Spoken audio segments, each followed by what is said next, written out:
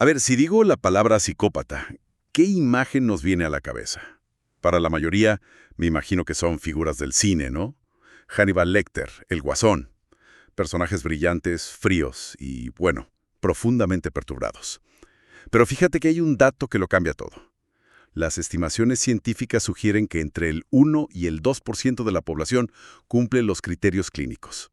Eso es, como mínimo, una de cada 100 personas. La implicación es inevitable. Es casi seguro que todos conocemos a alguien así. Y lo más increíble es que a menudo pasan totalmente desapercibidos por años, incluso para su gente más cercana. Hoy vamos a hacer un análisis profundo del complejo mundo de la psicopatía, usando como guía un documental que reúne décadas de investigación. La misión es entender qué define realmente a un psicópata, qué pasa en su cerebro, cómo influye la crianza, y esa conexión sorprendente, a veces incómoda, entre ciertos rasgos psicopáticos y el éxito profesional. Y justo para empezar a entender por qué son tan difíciles de ver, hay que irse hasta 1941, a un concepto de un psiquiatra, Hervey Cleckley. Él lo llamó la máscara de la cordura.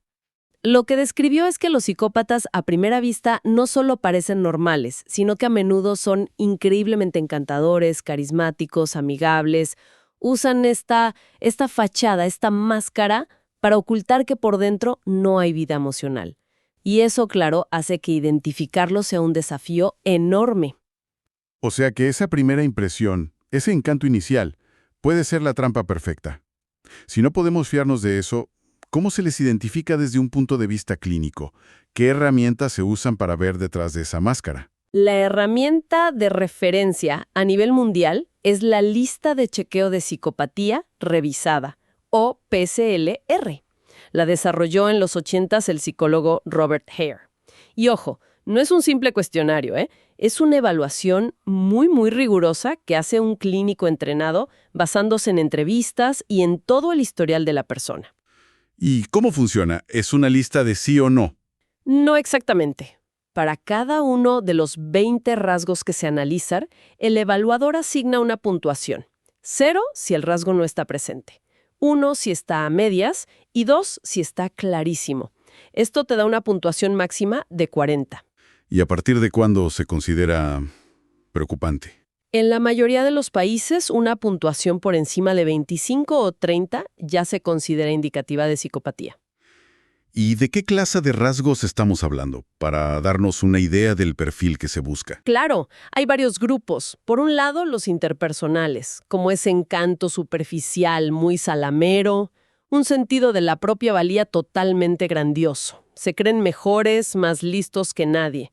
Y también la tendencia a mentir y a manipular de forma patológica. Por otro lado, están los rasgos afectivos, que son el núcleo, digamos. La falta de remordimiento o culpa. Y, lo más importante, una falta total de empatía. Simplemente no pueden ponerse en el lugar emocional de otra persona. Me imagino que el comportamiento también cuenta. Exacto. Se miran la impulsividad, la irresponsabilidad crónica, esa necesidad constante de estímulos. Se aburren muy fácil.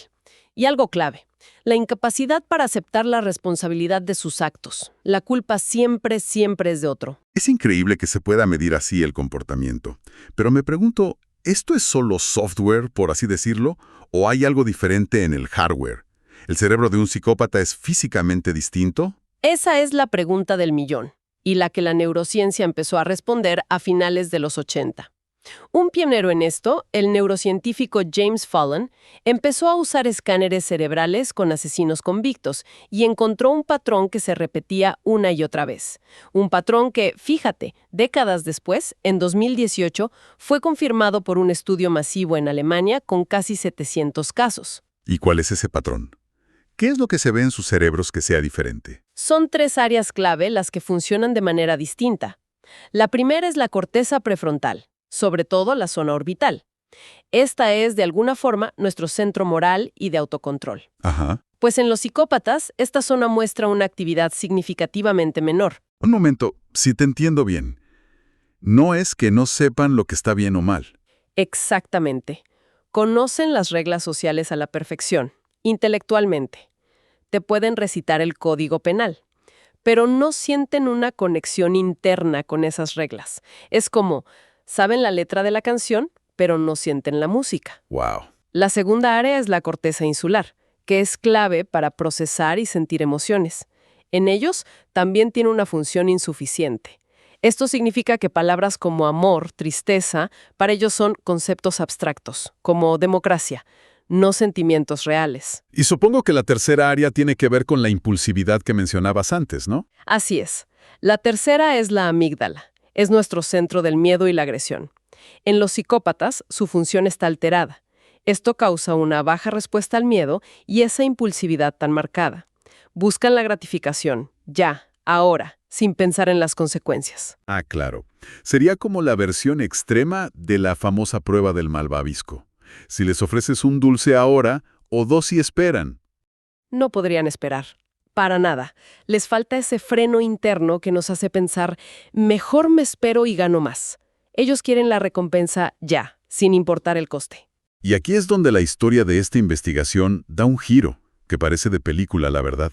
El propio Dr. James Fallon, el científico que ayudó a identificar este cerebro psicópata, se encontró en el centro de todo esto en 2005.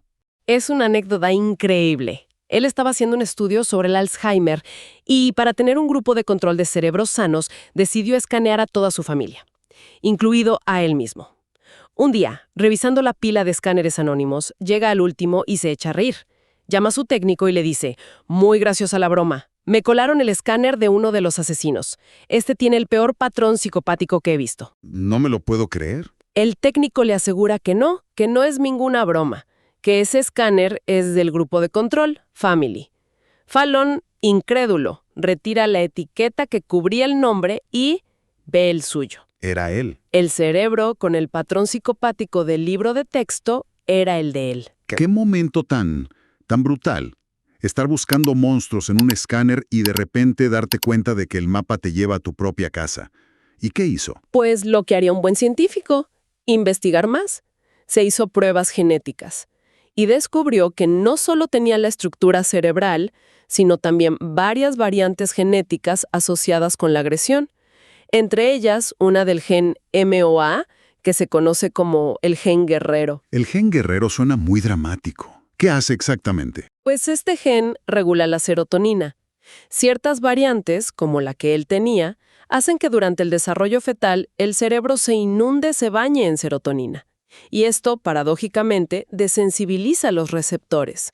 Así que en la vida adulta, su cerebro es menos sensible a los efectos calmantes de la serotonina. Lo que puede llevar a más impulsividad y agresión. Exacto, sobre todo en situaciones de estrés. Esto nos deja con la gran paradoja de toda esta historia. Si el Dr. Fallon tenía la biología completa, el cerebro y los genes de un psicópata violento, ¿por qué es un científico respetado y no un asesino en serie? Y esa es la pregunta que cambió todo lo que se entendía de la psicopatía. La respuesta es la crianza. Durante mucho tiempo se debatió si era algo innato o adquirido. Hoy sabemos que es una interacción de ambos. La genética, digamos, te reparte las cartas, pero es el entorno, sobre todo en la infancia, el que determina cómo juegas esa mano. Tan decisivo es el entorno. Absolutamente. Una crianza cálida, afectuosa, estable, actúa como un escudo protector. El propio Fallon, reflexionando, concluyó que fue protegido de su biología por haber tenido una infancia maravillosa. Esas experiencias positivas parece que desactivan el potencial violento de los genes. Y al contrario. Al contrario, si te fijas en las biografías de asesinos en serie como Ted Bundy o Elin Wuornos, que muy probablemente tenían esa predisposición, encuentras infancias marcadas por el abuso, el abandono, el trauma. Esas experiencias negativas son como un interruptor que activa el riesgo genético. Esto me hace pensar en algo. Si Fallon no se volvió violento, pero sí se convirtió en una persona muy exitosa, ambiciosa, con mucho empuje. ¿Es posible que estos rasgos en el contexto adecuado puedan ser una ventaja? El encanto, la falta de miedo, la seguridad en sí mismos, pero que gracias a un buen entorno o a su inteligencia, han aprendido a canalizarlos de forma socialmente aceptable, o incluso ventajosa. ¿Y dónde encontramos a estas personas? ¿En qué profesiones pueden destacar? Hay un estudio muy famoso de la Universidad de Oxford, de 2012, que clasificó profesiones según la prevalencia de estos rasgos. Y el número 1, pero por mucho, era director de empresa, CEO. Pero en el top 10 también estaban abogados, gente de los medios, vendedores y, curiosamente, cirujanos. Cirujanos. Visto así, tiene un sentido un poco oscuro. Necesitas una sangre fría increíble, tomar decisiones de vida o muerte sin que te tiemble el pulso. Exacto.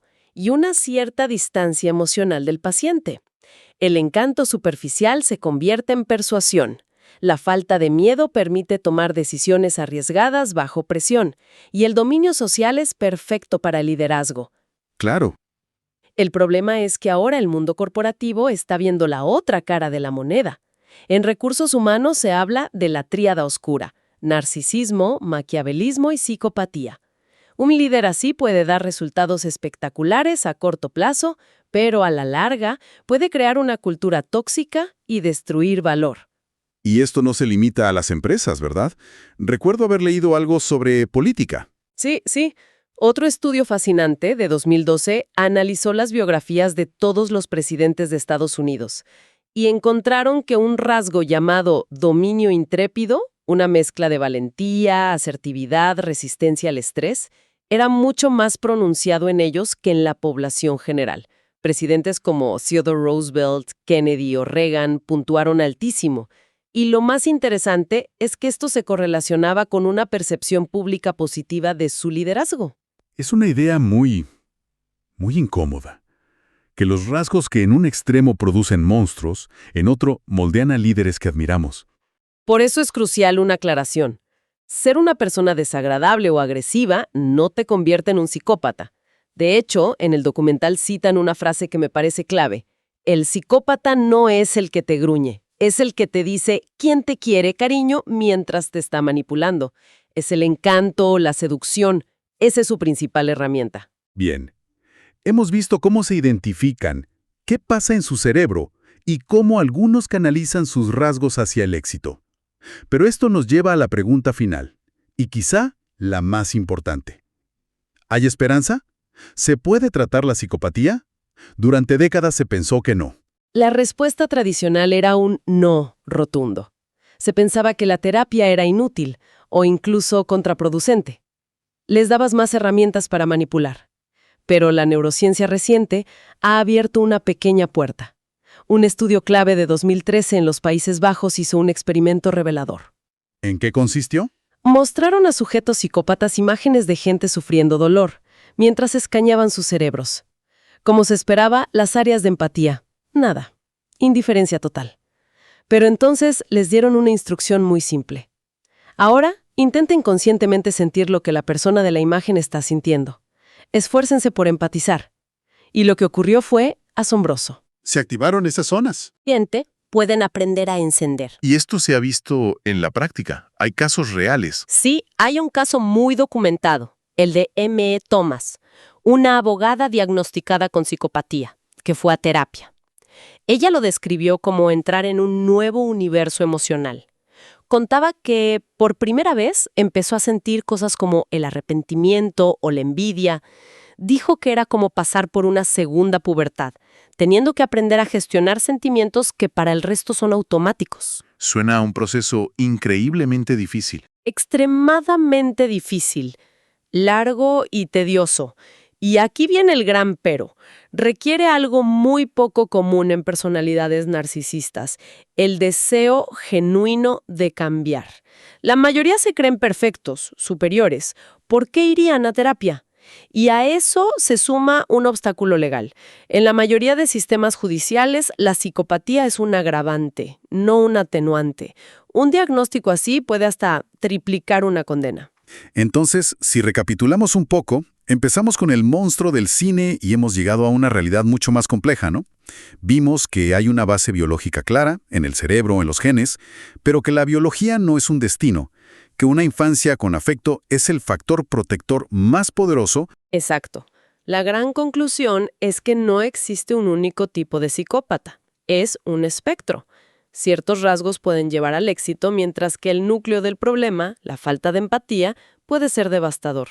Y esa capacidad, aunque sea limitada y requiera un esfuerzo consciente de encender la empatía, abre una puerta. Una puerta a la posibilidad de tratamiento, por difícil que sea.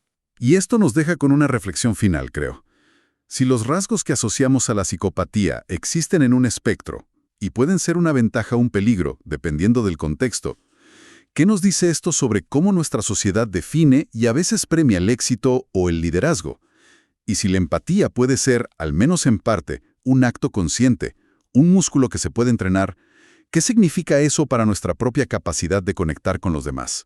Sobre todo en esas situaciones donde la empatía no nos surge de forma natural.